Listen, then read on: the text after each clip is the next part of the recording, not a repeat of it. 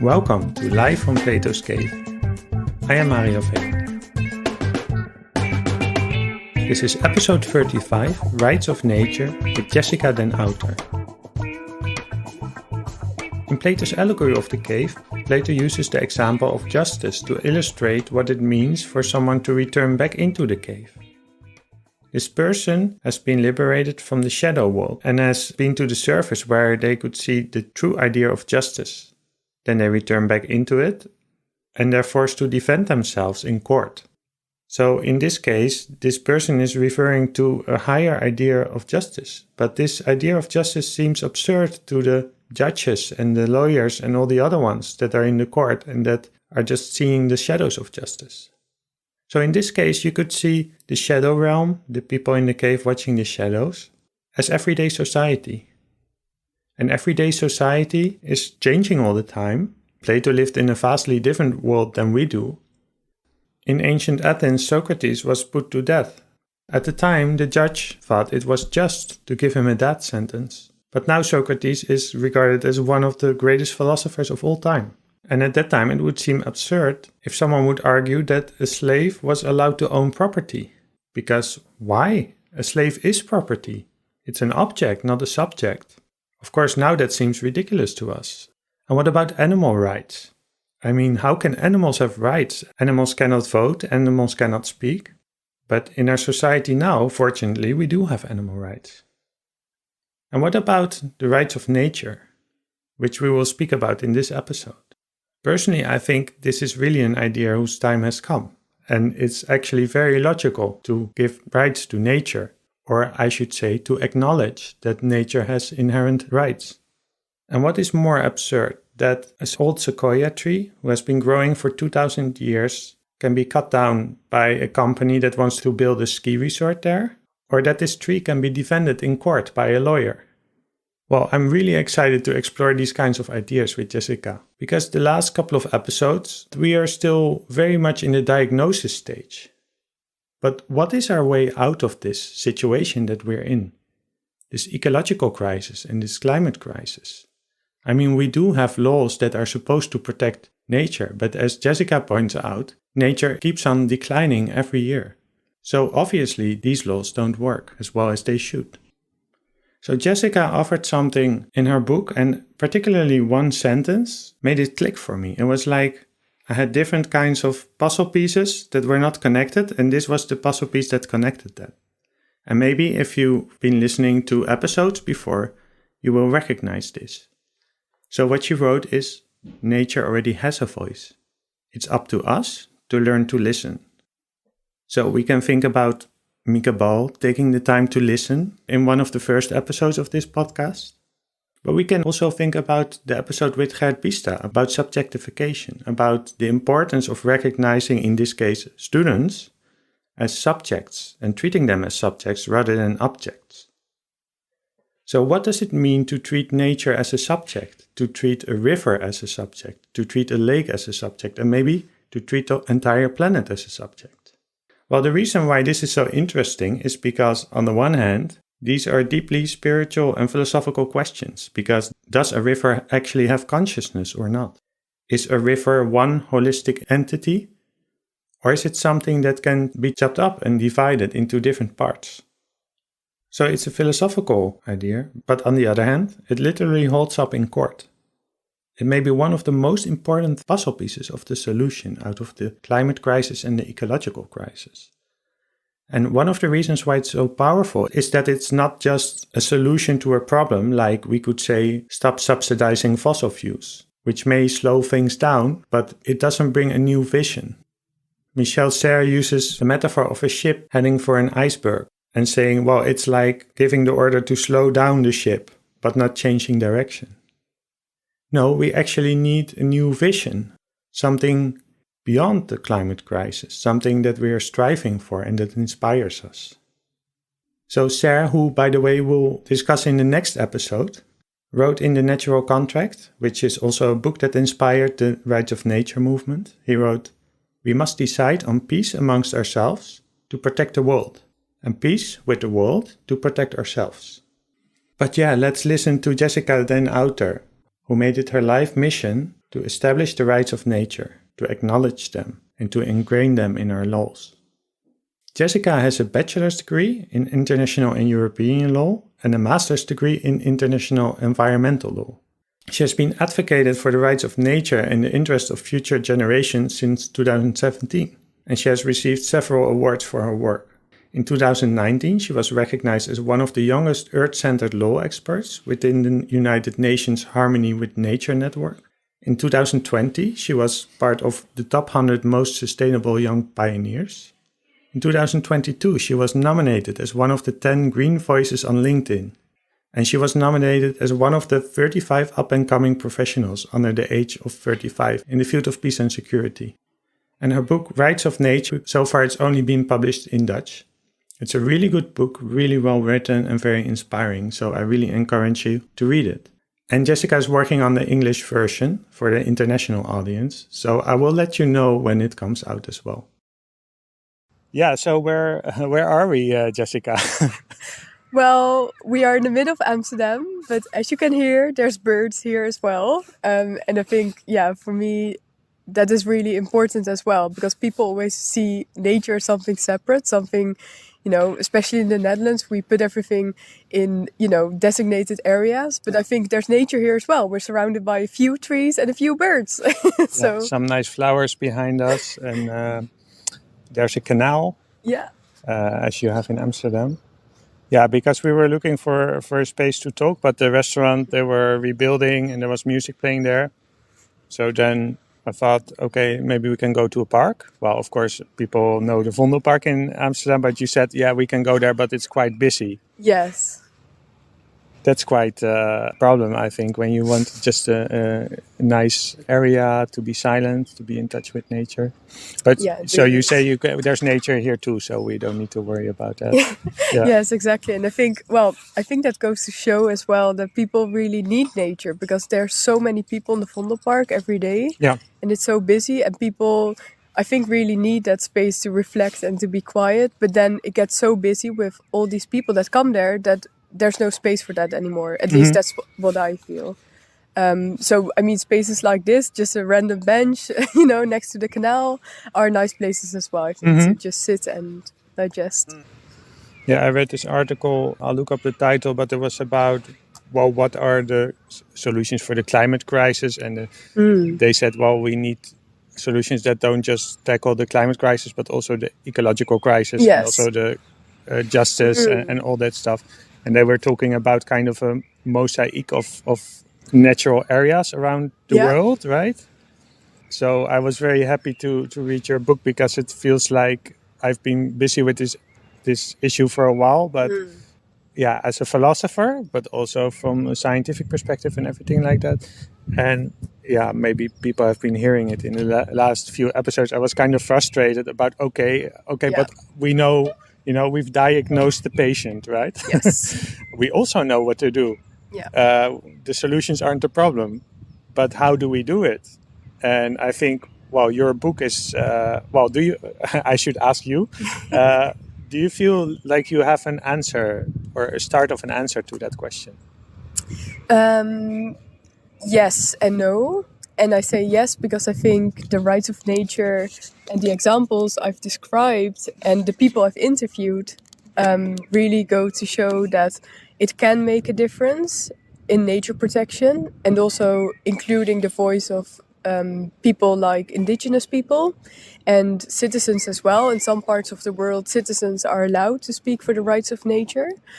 And I say no because I think it's only part of the solution. And as you mentioned, there are so many different solutions in science, in law. I think law is just one part of the whole solution. We need changes in every sector. Yeah. And I do recognize your frustration. I have the same, because I feel like we've been hearing about this since the 70s. And, things are increasing and accelerating, and we know what to do and we are not doing it. And I don't know what it is, but I think one of the things that I stumbled upon is definitely politicians who are looking at short-term profit, and they're only thinking about their own period of election, and they're not looking beyond. And they're afraid to make, big suggestions that maybe won't be as popular with everyone else. And I think that's super frustrating because we need people to look at long-term solutions and, future thinking, basically. Mm-hmm. Yeah, one of the earlier episodes in this podcast, I interviewed Marcia Björnerud, and she wrote this book called Timefulness. Yeah. Have you heard of it? Yeah. Yeah. So, I made a big connection between how do you see that connection between like being timeful and the rights of nature? There's actually a lot of answers coming in up right now, because I think on the one hand, I also looked at rights as they've developed over time, and I think now, if people say it's such an absurd idea to give nature rights, I always give them the argument, well, but we wouldn't think it's absurd to say that one human being has rights and the other person doesn't. Mm-hmm. Human rights is something so basic and something we agree that everyone has. And I think the rights of nature have developed the same way over time. Yeah. And it's only the recognition now that something that has always existed, we can put them into law now. But then there's still people who think this is a crazy idea. But I think, again, in hindsight of like 20 years ahead of us, I think this will be something really normal because it's the fastest growing legal movement around the world. So right now it might seem absurd for some people. I don't think it is, but I think in 20 or 50 years time it won't be anymore, hopefully. Yeah, well, one thing we know for sure, the normal ideas aren't going to get us out of this crisis, right? So we do need crazy ideas. I told you about, I'm writing this book called Klimaatgekte, Climate Craziness. Because it's driving me insane that the inaction, but also people are just acting crazy, and but at the same time we need a little bit of madness, because like you say, it used to be a slave with rights, that's mad, or a woman voting, that's like a dog voting, but now actually we have the party of animals. So it's quite normal. So it's like the next step. Yeah.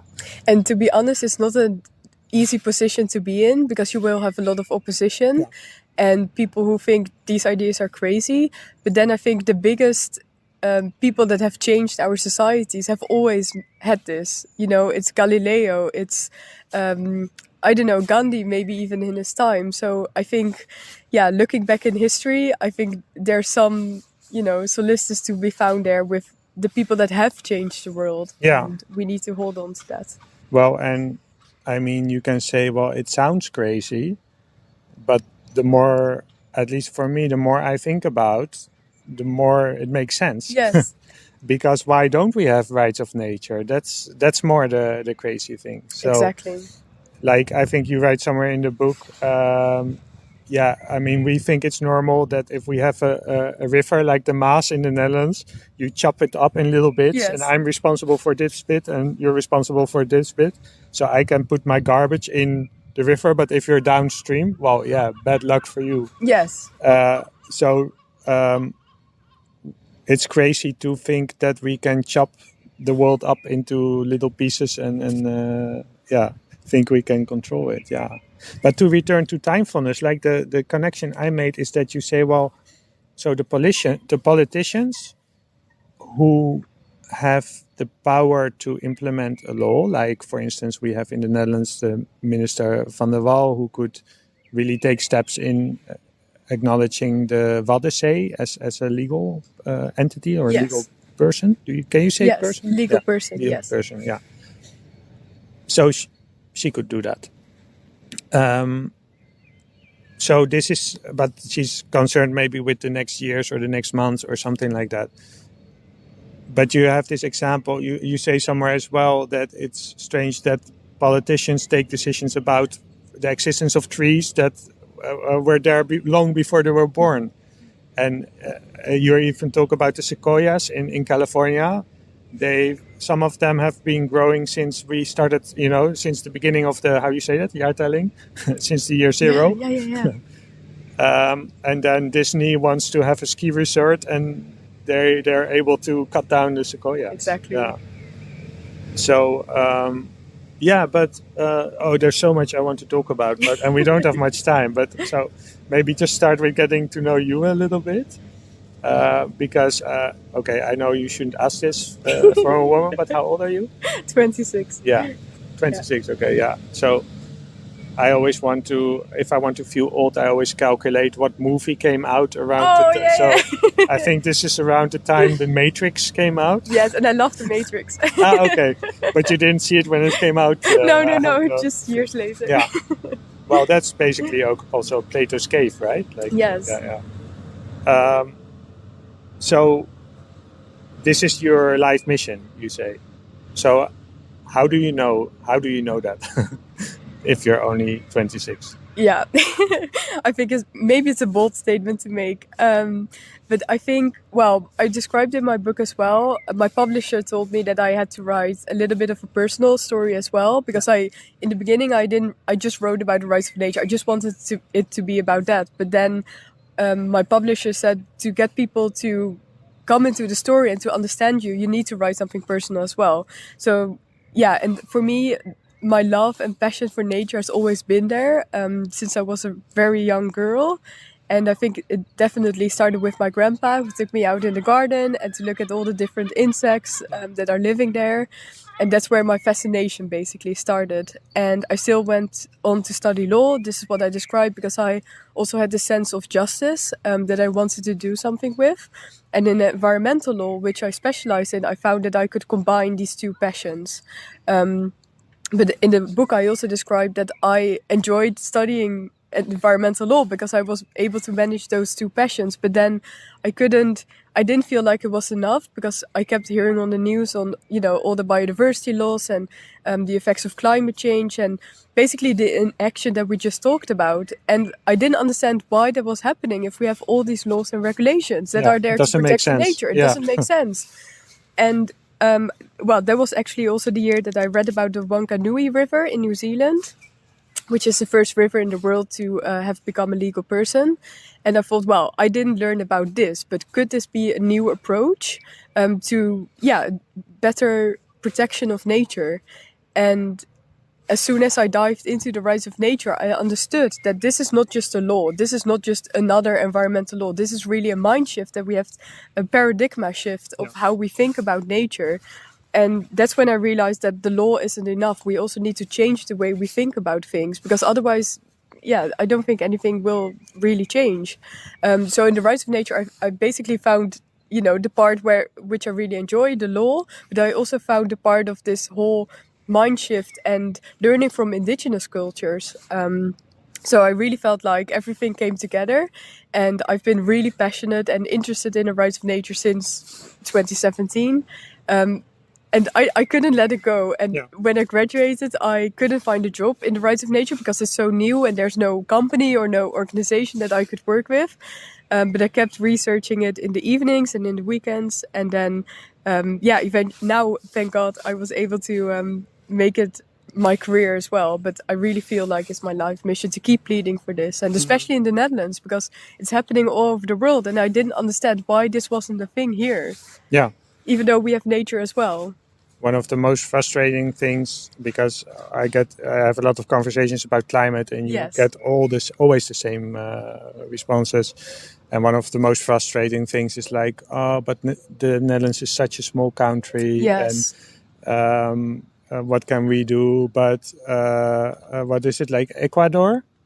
Is it very small? Is it bigger or smaller than Holland? I don't know. I don't know for sure. But it's not like a world power. No, exactly. And you say that they're one of the most important ones, and also like a small city in America, like with 7,000 residents. Yes. Those are the ones that now you are using to make the case in the Netherlands, right? Yes. Yeah. Yes, I never understood that argument because that's basically shifting responsibility to others. And I don't think that's right. I mean, we have nature here as well. And then another argument I always get is, but all nature in the Netherlands is not real. It's man-made. And I'm thinking, no, but why does that even matter if there's really important species that come here and biodiversity? Honestly, I still don't really know what to reply to this argument because I just don't understand how people can think this way. Yeah. you felt, okay, this is what I want to devote my life to, maybe until it's finished. I hope actually you can retire as well, right? I hope so too, yes. But actually I was at Jane Goodall's lecture 2 days ago, and she is going to turn 90 next year. And she was so inspiring, and she actually told the audience that she hasn't had a day off in 2 years' time. And when someone asked her, but aren't you going to retire, or aren't you going to do something else? She said, well, but this is my mission, and I feel like I have to keep asking attention for these kind of matters, And so I think that there's a danger in that as well, because, of course, you also need to think of yourself and take self-care. But But when you feel so passionate about something, it's And what different. inspires you about Jane Goodall? Well, I think especially the story in the beginning. I mean, now everyone knows her and she's taken very seriously. But when she started, I think she was my age as well, when she went to live with the chimpanzees in Tanzania, or in Gambia, maybe it was. And I think what's really inspiring is that no one took her seriously. Science didn't take her seriously because she named the chimpanzees. She talked about their characters. She talked about the way they behaved and the emotions they had. And in science, back in those days, especially then, animals had to be given numbers because they were subjects that you had to study. And you couldn't talk about their characters or emotions because you have to be objective. And also only humans have emotions and characters. And I think that was so inspiring that Jane didn't believe in this, and she kept on, investigating this, and eventually now she is taken seriously. And things have changed for chimpanzees in the past 6 years, but it does go to show that you need to give a lot in order to come there. So she was maybe considered a little bit crazy talking to you say subjects because that's how we say in science, but actually it means that you're an object, right? Yes, exactly. You're just a number. So about rights of nature, is that what is involved in that? Because in rights of nature we also need to start treating like we have some trees, so is the trees that we see now around us, are they subjects or entities, or is it like, should I see this park as a whole, and what about the birds in the trees? Yes. How do you go about this mind shift? That's actually a difficult question, because the different initiatives or the examples of the rights of nature do different things. So, for example, Ecuador recognizes rights of Mother Earth, of all nature. And that means that lawyers have used this argument to plead for, trees, rivers, mountains, different biodiversity hotspots. So this has really given lawyers especially the freedom to choose, what falls in this definition of nature. But in other parts of the world, for example in Spain, the newest European country to have recognized the rights of nature, they have taken Mar Menor, so a very specific natural area, as a subject of rights. It's kind of a lake, right? Yes, a saltwater lagoon. So it's very closely related to the Mediterranean Sea. And because of this, there's really high ecological value. Even the seahorse appeared there years ago. And this is a very specific area of nature that Spain now protects through the rights of nature. But something that I'm still not entirely sure of is, this approach works because Mar Menor now has legal rights. And there's other parts in the world where also specific natural entities get rights. But for me, it's still the question, why only this part? Why not another part that's also threatened? For example, in the Netherlands, we now have an initiative for the Wadden Sea. But what about the Veluwe? What about all the other areas that are under pressure as well? So I think there's something to be said of, the different ways that all these initiatives go about. But what I think most important is that, quite often people think that, for example, the trees around us, there's maybe 6 trees around us.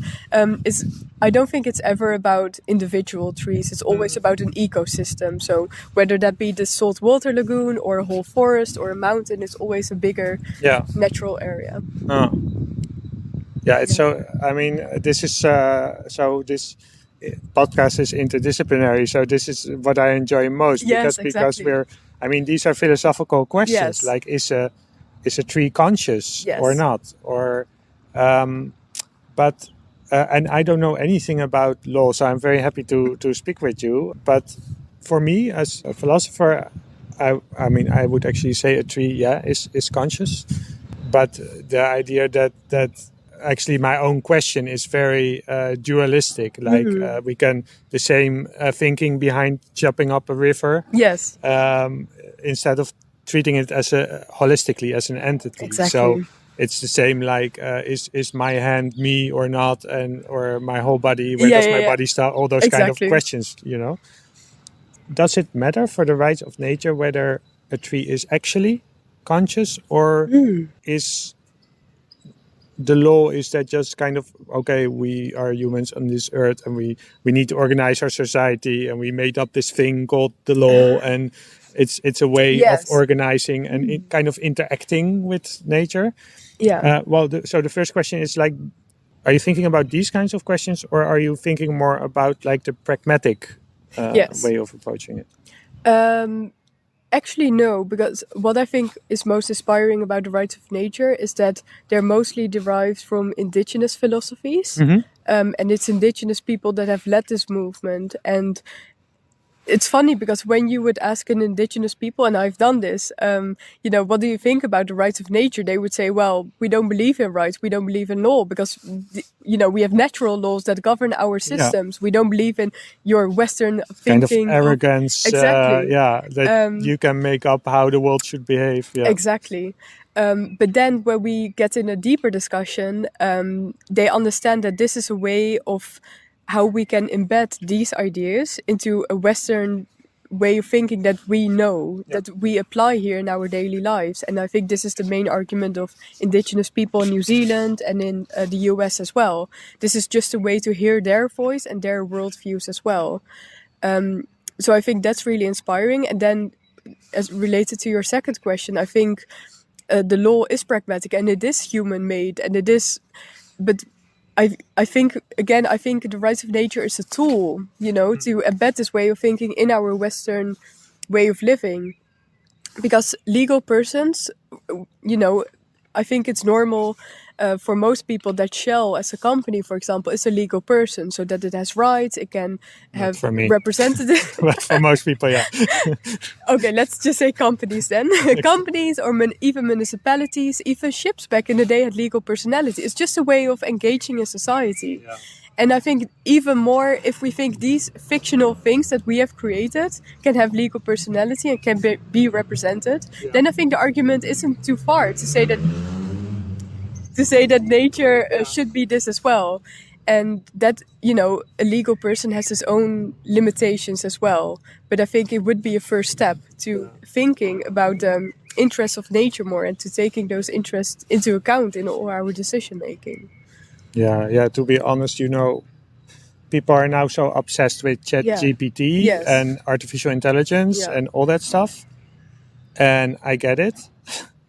But personally, I think it's a huge distraction. I mean, what you're talking about, that's what it is really about. I mean, we can think about, of course, we can think about Shell and, Milieudefensie has taken Shell to court and all. That's super important. Yeah.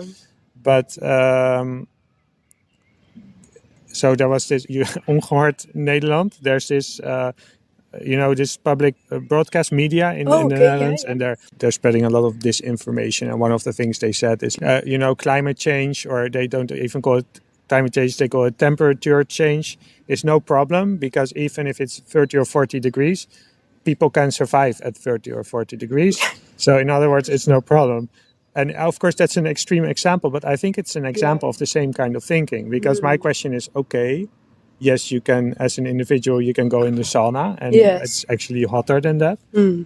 But did you think about where will this human live? What will they eat? Who will they talk to? All those kind of questions are just, ignored. And then again, it's thinking only from the perspective of human beings. Because what about all the animals and the plants that will go extinct with temperature rise? And we are already seeing this happening. So it's not a fiction. It's not something that's made up. It's happening every day. And it's becoming worse. And I think, especially in the Netherlands, people don't realize, but we are one of the worst countries in in the European Union. When it comes to biodiversity loss, we have lost so many of our native species. It's really crazy that people don't notice Yeah. and just focus on humans again. Yeah, that's the insanity. There was we're having all these discussions about the wolf returning to the Yes. Netherlands, and then there was an article about this was actually in Germany about a sheep. How do you say that? Herder, Oh, sheep farmer, let's say, that had some sheep killed by the wolf, and that's Yes. I understand that's not good if that happens to you, your sheep and your business. But they were saying, yeah, because in the day of my great grandfather, we didn't have this trouble. But then I started to calculate. I said, yeah, actually, in the day of your grandfather, the wolf was everywhere and that was Yes. normal. And it's just the last. So again, returning to this idea of timefulness, we think Yes. that the way the world now is normal. Yes. But if you look at the indigenous cultures and the sequoia of 2,000 years old, yeah, it starts to shift a little bit, right? Yes. Yeah. But so, yeah, what inspires me about you is that you're actually, I mean, you were at the UN last week, right? Yes. So that's a different, I can philosophize all I want, Yes. but that's where it happens, right? Yes. So what were you doing there? Yeah, I think this was super important because the UN has a program, and that's called the Harmony with Nature program. And they research ways that societies can live in harmony with nature again. So, for example, they look at ecological economics or spirituality or biology and law as well. And then the rights of nature plays an important part. And I've been working with them in researching the rights of nature around the world. And then when I was invited to speak there last week, I was really happy because that's indeed the space where it happens. This is where the world leaders come together. This is where big decisions are made. So I felt it was really important to go there and to talk about the rights of nature. And I was not the only one to do so. There were other experts invited as well and other youth, which I was really happy about. Yeah. Are you usually the youngest person in the room? Yes. kind of Well, events? I mean, it's shifting now because Yeah.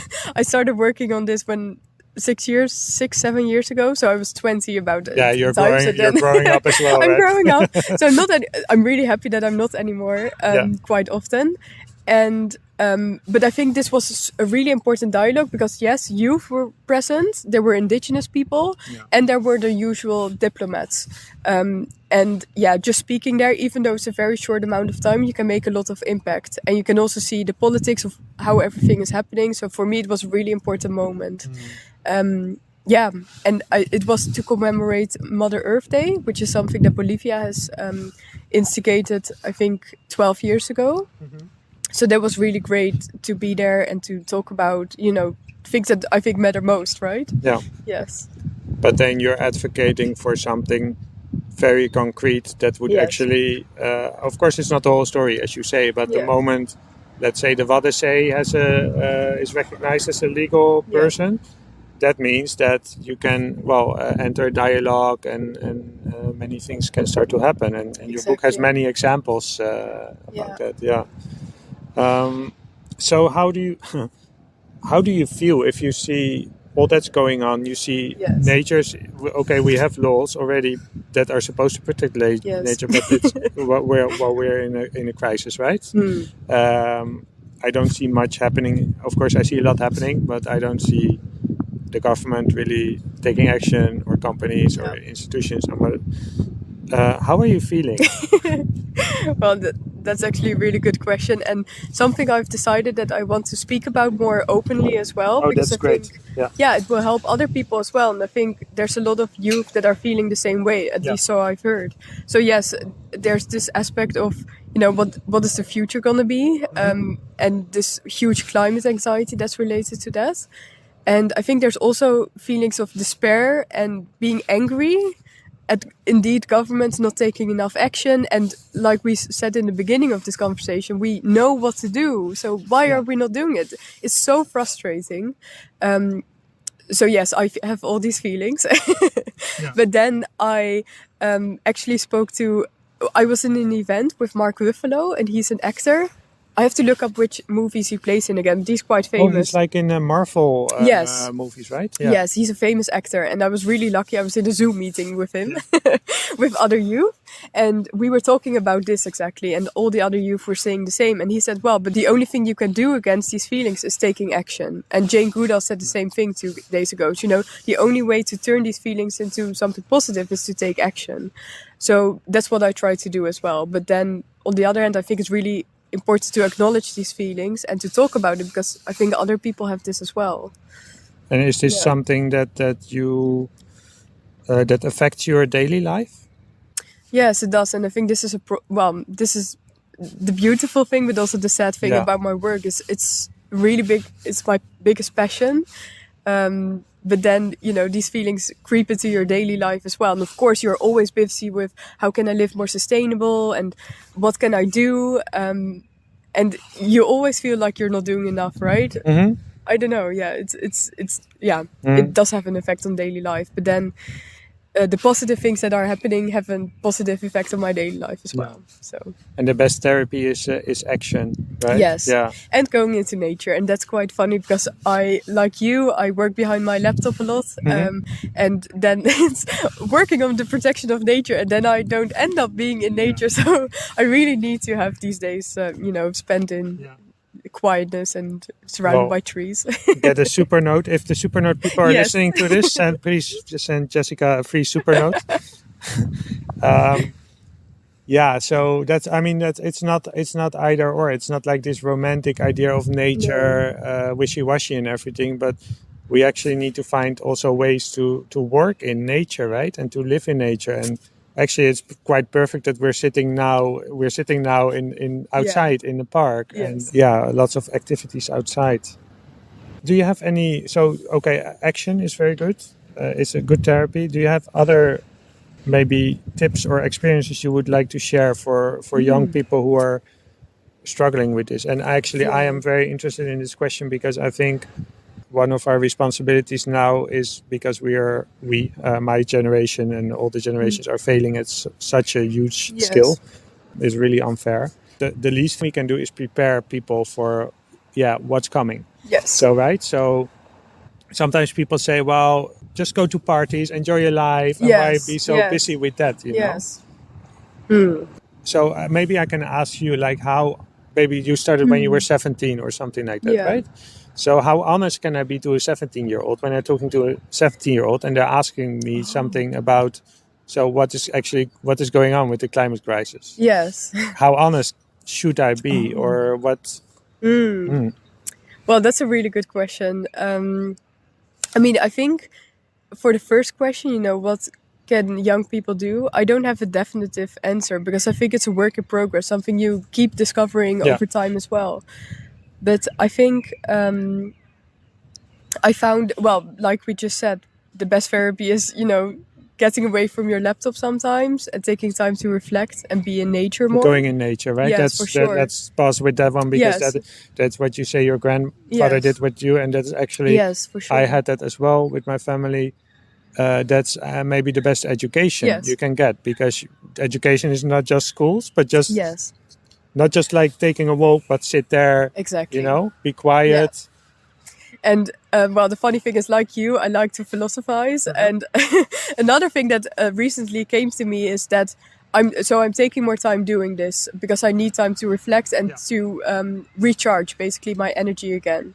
But then when I'm sitting in nature, I have to switch off my monkey mind, so to say, in thinking about all the facts and the technical details that I know about nature declining, because then I can end up in the same loop again. So I think it's also a question of mindfulness then, of being in nature and really turning off and really recharging. And I mean, there's science backing this up as well. Sure. And then, of course, taking action, and I think it's funny. I was invited to speak on TV a couple of weeks ago at Humberto Tan. And So that's one of the big talk shows. yes, it was in one the of the big Netherlands. talk Yeah. shows. And you would say that maybe this part was what inspired me most, but what inspired me most is that a young girl came up to me afterwards. Well, not very young. I think she was maybe 22 or 23. Yeah. And she came up to me afterwards and she said, "You inspire me because I study medicine, and in the medical world, there's no talk about sustainability. There's a lot of plastic we use, and it's actually one of the most polluting industries that we have in the world. And no one knows about it because we don't talk about sustainability in medical care." And she said, "You inspire me to to see if I can do something working on sustainability in my field." And this is what I'm doing it for as well, to inspire you to, do your passion, follow your passion. I mean, you don't have to study law. I just think you need to do something you're really passionate about and then find a way to bring in the reality of today, which is the climate emergency and which is, nature declining. Yeah. And I think you can find ways to do that. So, yeah, this is what inspired me a lot. Oh yeah, that's perfect. Yeah. Yeah. I actually work in medical education. Oh, really? And I actually work as well on a project about they call it planetary health, right? Yeah. And it's the idea that the health of a human being is dependent on the health of Yes. the planet, but at the same time, the healthcare industry, if it was a country worldwide, it would be the top in the top 5 most polluting countries in the world.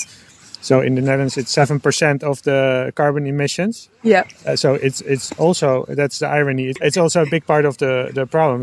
But what we encounter, because this is quite new, it's getting a lot of resistance as well. But it's actually, there's a lot of things happening now as well. So I spoke to someone and they wanted to teach about this. And this was like a how do you say that? A senior Yes. teacher. Yes. They said, well, I was talking to some students, medical students, and I found out they are the ones that should be teaching that. So he said they can design a so course and cool. everything like that. Yes. And those are, that's what fascinates me as well about this issue, is that young people are much more knowledgeable about this in a way, Yes. because normally you say, well, the more experienced person is more knowledgeable, but the experience that older generations have, and I'm generalizing because I know, Yes, of course. my parents raised me very conscious of Yes. nature and everything like that. But in general, well, I once suggested the solution for the climate crisis is early retirement, Yes. because the experience that older people have is the experience of, let's say, the old world that we need to, the old way of thinking that we need to leave behind, right? Yeah. And if you explain to a young person the rights of nature, I think, yeah, of course. I mean, why isn't that happening already? I know. Yeah. And that's exactly. And let's do. What can we? Oh, it's not happening already. What can we do? Exactly. Yeah. So that's perfect. So you can inspire others. Yeah. There's actions you can do. You made it your career, Yeah. and you're not alone, right? Yeah. I mean, this podcast is therapy for me as well, because Yeah. I get a lot of resistance too, and I think, oh, right, we're on the same team, right? Exactly. Yeah. For sure. I mean, you can find inspiration and motivation by other people who are also working on bettering the world. And I don't think, for me, it's not just people that work in law. Definitely not. And I think, as you said in the very beginning, which I think is really interesting, because a lot of people see the climate crisis as something separate from biodiversity loss and from other ecological crises, but everything is interconnected. So we should work that way as well. Yeah. So yes, I believe in this interdisciplinary approach as well. Yeah. Great. So let's talk about what needs to happen. It's more concrete because it's about language, Yes, right? Like yes. you need to invent a new language for. I think actually you were involved in this as well here in the Amstel Park. I think you were like the lawyer of the tree Yes. or something. Yes. So can you talk about that? How did you know what the tree wanted, or what how did you go about that? So this project was really cool because it was made up by a artist called Elmo Vermeijs. And it was co-created with Jan van de Venus and myself as the lawyers, the legal part, and then also with science, so people from the Wageningen University that were involved as well. And we really tried to find a way where we could combine art, science, and law. And that resulted in this creation of the project called, in English it would be Lawsuit of the Trees. The trees are speaking, sort of. And what we did is the scientists from the Wageningen University recorded or I don't know what the English word for this is, but they basically researched the circles in trees, the jaarringen. Yeah, yeah. When every year there's a new, Exactly. yeah, people know what we mean. Yeah, so how trees grow, I Yeah. think maybe that's the most important part. And what she found in her studies is that in years of drought, which we've had quite a lot in these past few years, the trees show this. And actually by researching the trees, we can find out a lot about climate change, heat waves, periods where the trees don't get enough water. And she basically researched this. And then we as the lawyers took this and said, well, the trees don't have any rights. They're regarded as objects. And if we would say that trees have an intrinsic right to exist, to be there, to thrive, to maintain ecological cycles, then climate change is one of the biggest threats to the rights of these trees. And so we created a fictional lawsuit around this. And that was really interesting because, first of all, we had never spoken on behalf of the trees. So it was a really interesting experience for us as well. But we tried to make it concrete because we didn't just want it to be an art project which, it inspires, but nothing is done after. So we tried to make it as concrete as possible and link it to human rights as well, to compare tree rights with human rights. So yes, from a law perspective, it was really interesting.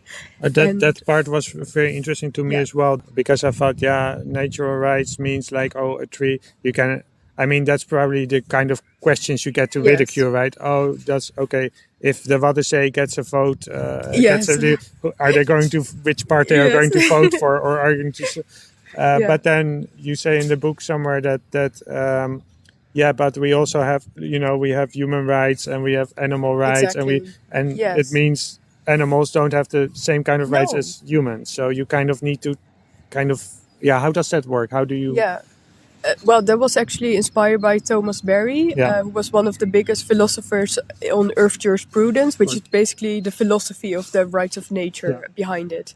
And I think that was really interesting because that's the argument you get indeed. People say, oh, but, what if a river's going to sue me? Or all these very human-related concepts of thinking. And I think what Thomas Berry did, and this was in the 80s, and I think that's super inspiring because back in the day he was regarded as, some crazy person as well. And now his ideas really have come into fruition.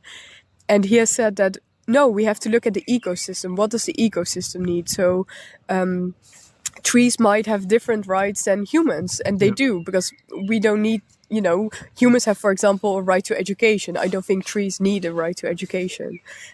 So it's really looking at the ecosystem. It's rather that we can be educated by the trees. Exactly. Well, yes, maybe. That's a really good point. But it's really looking at the ecosystem. What does the ecosystem need? And I think the even more interesting argument that he makes is that he says we have always had natural laws. Rights of nature have always existed. So before humans existed, nature was existing. It was flourishing. It was, maintaining its ecological cycles. It's the natural processes of the earth. And we have just found a way to violate those. And now has come the time where we put those natural laws into a legal system where we can hold humans accountable for respecting those rights as well. And I think for me that's one of the most interesting arguments. And actually my publisher first told me not to put that in the book because he thought it was too philosophical. But I actually think it's really important because I believe these are natural laws as well. This is what has governed our earth. And you need that for it to make sense. Yes. I think your book is actually very philosophical, speaking about philosophical questions, but then also tying them to what works in the world. Yes. And you describe, okay, they tried this in Ecuador, they tried this in New Zealand, they tried this in you tried a lot of things in the Netherlands, and you can learn from that as well. But these ideas are very philosophical. Like if the Waddenzee has rights, is that something that we give to the Waddenzee, or is it something that the Waddenzee already has and we just need to acknowledge it? So actually now we're not acknowledging it.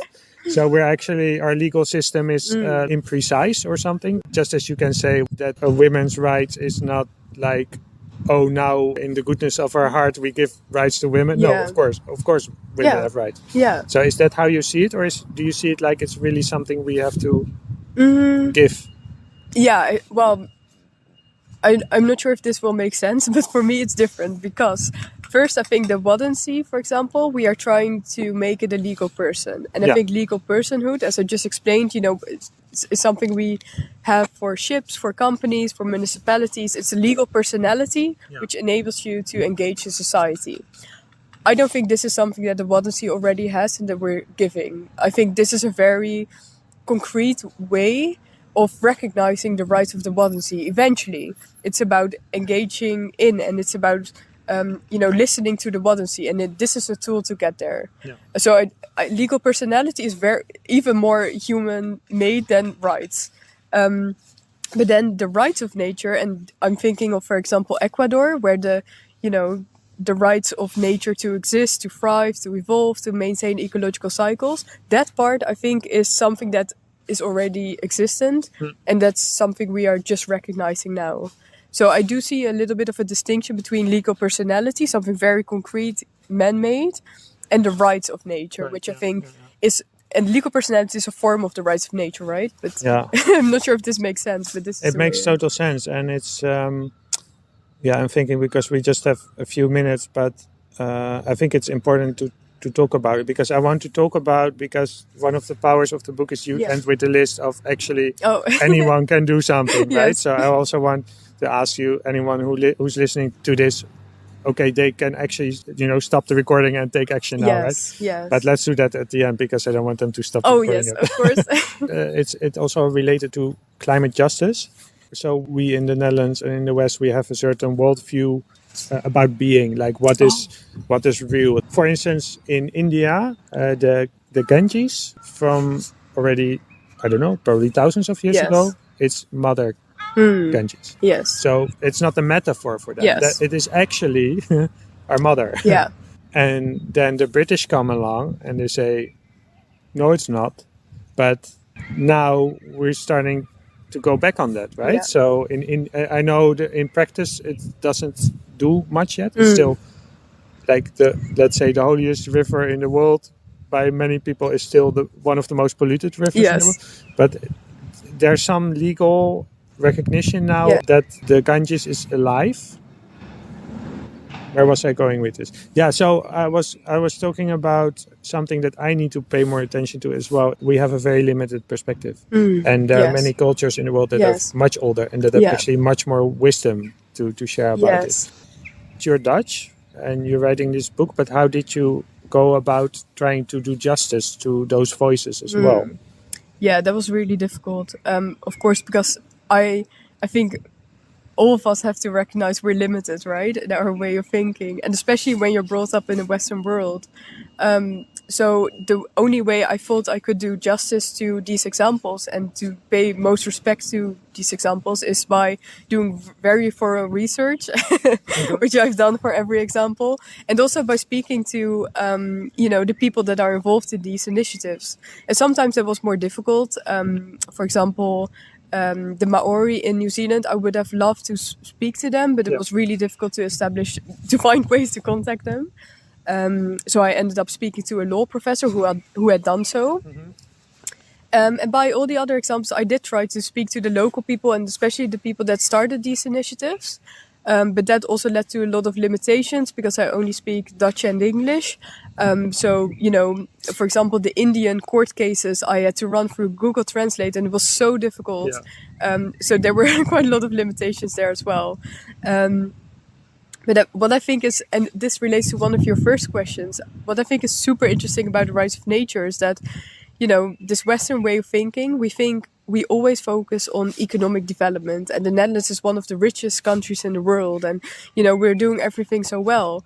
And I think in the rights of nature, this whole idea is taken aback because now we are learning from countries that we see as underdeveloped, countries like Ecuador, Bangladesh, India, Colombia, Bolivia. These are countries that we regard as underdeveloped in comparison to us, to our economic development. But I think they're ahead of us. They're actually, their way of thinking is, especially in regard to nature. And I think this is super fascinating for me and why I wanted to, even though it was super difficult, that's why I wanted to describe these examples, because I think we need to learn from these countries. Yeah. Well, that's such a good point. Yeah. Because I remember, because I grew up in the 80s, that's the time we could have acted to not have a climate crisis, but we didn't. but that's where I heard it from. That's where the voices came from. They were Exactly. warning, like we're going to a huge disaster, and Yeah. now I have to be aware of this as well, because you have these people are learning about it, which is great. But Yeah. you also have the, how do you say, this phenomenon that you learn something about it and you think you Yes. know everything, Yes. but actually you're Exactly, just starting. And I yeah. think we are. I mean, I speak for myself. I am just starting. I think you are way ahead of me with this. No, I'm still learning as well. Yeah, Sure. but you never stop learning, right? Yeah. And I think this, this is a different topic, but this is so important to children's education as well. Because I was thinking back of high school, and I was thinking, what did I learn in history there? And I learned that the Netherlands, well, maybe a sort of a nationalistic sense of how great the Netherlands is, and that we had our golden era, and here being in Amsterdam, all the richness that we have around us. And I was told about slaves and what we did to them, but not in great details, not something that really stuck with me. The focus was really on this golden era of the Netherlands, And I was thinking, this is a different topic, but I was thinking back on that, and I was thinking, it's these kind of things that make a difference. How ignorant are we not to include this in our education? The real consequences of what happened, what we did to former slaves. And then this relates maybe to your point as well, I'm really happy because this is a positive note, but a lot more education is paying attention to the climate crisis now. I think young children really are learning. So thank God there's a change in that, but it's really important. Yeah, well, they're ahead, like I said before, and not just, it's a nice thing to say, but actually, because if I have a question, usually the people I ask about it are younger than me, the people are like Marcia Björnerud and everyone who, were ahead of their time as well. And do you also do teaching? Can people invite you? Well, yes, I've started doing this because I had started to give some lectures at universities to students. And I think that started because I was, as a law student, you're being very traditionally educated. You are being told you can be a lawyer or a judge. And this is a very traditional way of thinking in law. So I think that's where it started, where I thought, I want to teach about the rights of nature because I want law students to know that they can take a different route as well. You don't have to become a traditional lawyer or judge. So yes, I do this with universities as well. And I was actually, someone asked me why I didn't write a children's book about the rights of nature. And I think I want to, because as you can see, I'm really passionate about young people and changing their education, but I don't think I don't think I'm capable of doing this. This is so funny. So children, not yet, but who knows in the future. I think that's a great idea. I think, do that for sure. Who knows one day. Yeah, this is so nice. This is the alarm, yes, right? That's at 12 in the Netherlands, and it's just so nice how it comes in, because there's nothing happening, but actually we need to be sounding the alarm. But when we are actually sounding the alarm, nothing is happening. They're just testing it. I know. So this should be the climate alarm. But it's a perfect soundtrack for because for the urgency of the issue. Yes. So last question: what people listening to this? What can they do? What can they do right now? Yeah, well, this was a big question for me as well when I was writing the book, because I wanted to give people perspective. And I have a background in law, but not everyone has that, and I don't think you have to have a background in law to work on the rights of nature. So one of my biggest inspirations, actually, I wrote about this in the book, is Wim Eikelboom. Mm-hmm. And he heard this whole story about the rights of nature, and he thought, how can I use this message? Because again, rights of nature is just a tool to have the voice of nature being heard. This is really my message. And he actually went to his municipality and spoke on behalf of the river. And I won't say too much about it because it won't do it justice. It's just a beautiful poem that he wrote on behalf of the river. And I think that was so fascinating. Yeah. So yes, you can go to your municipality. You can speak on behalf of nature in evenings where citizens are invited to speak on municipal decisions that are being made, or you can go to the Global Alliance for the Rights of Nature. Yeah. This is a really big international NGO that researches the rights of nature. You can read more about it, learn more about it, educate yourself, and it has always been citizens that are, have led to these changes in the law. And I think this was super inspiring for me as well. Mm-hmm. So it's not up to politicians or jurists. I mean, they have a really big role to play, but I think the power is in citizen-led movements. And I think this is the right of nature. So. And it's always been that way with justice, right? With yes. Different kinds of justice. So, and I just, as you were speaking, this old lady came past and she took some photos because the park is also quite dirty. Yes. And I think that's just also a perfect example. Saying, why is it dirty, right? Yes. And another thing I really liked about what you say is that you can take a piece of earth out of the market. Yes. So if you have some resources, you can buy a piece of land and give it back to itself. Yes. So it's not there for human beings or whatever. It's just there for itself. Yeah. Yeah. This is another example. Yeah. But as this was super inspiring for me as well. 2 days ago, Jane Goodall, she said you can make a difference every day. Yeah. And you might think it's very small, but for example, not eating meat makes a huge difference. But then you inspire other people as well to do the same. And I think this is the way that these small actions can lead to bigger changes. And she said, you can do something every day. Well, thank you so much. Thank you. Thank you for listening. Go to jessicadenouter.com for more information on Jessica and our work. Go to livefromplatoscave.com for more information on this podcast and to listen to other episodes. And in the next episode, we will discuss Michel Serres' The Natural Contract with Aldo Houghton. I hope to see you then.